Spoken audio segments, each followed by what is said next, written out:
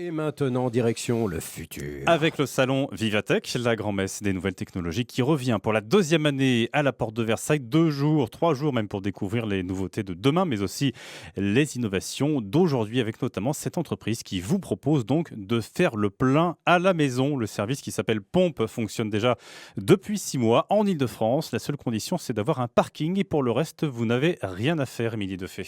C'est le livreur qui s'occupe de tout. À l'intérieur de sa camionnette, ce pompiste d'un nouveau genre dispose d'une mini station-service avec une cuve remplie de carburant et une pompe.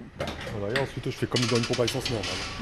Voilà, donc là, la personne, elle veut le plein, donc je lui mets le plein. Le camion a une capacité de 1000 litres, soit une cinquantaine de pleins. Aujourd'hui, Pompe en possède 3 qui tournent toute la journée.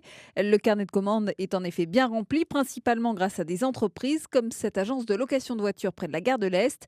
Son responsable, Grégory Sand, a tout de suite adhéré au service. Sur Paris, le problème qu'on a, c'est que pour aller faire un plein, ça peut émettre une demi-heure, voire 1 heure. Et le fait de travailler avec Pompe, ça évite justement d'aller perdre du temps et ça permet aux préparateurs de vraiment se concentrer sur leur boulot de préparation. Le service est aussi ouvert aux particuliers pressés qui n'ont pas envie de perdre du temps et ne cherchent pas forcément le prix le plus bas puisque les tarifs sont calculés sur la moyenne des stations du secteur.